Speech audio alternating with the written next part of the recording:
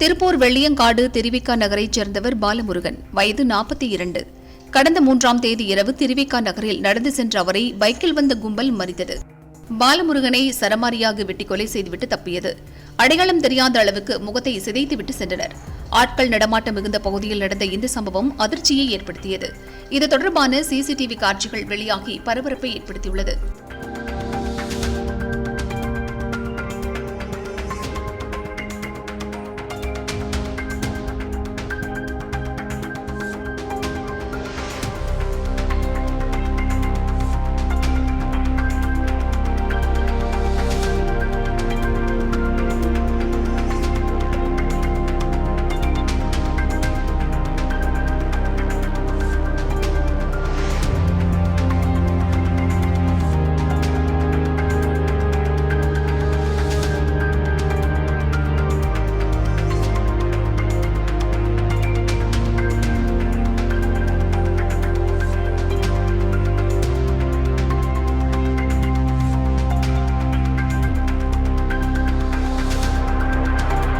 பாலமுருகன் கொலை உள்ளிட்ட குற்ற சம்பவங்களில் தொடர்புடையவர்.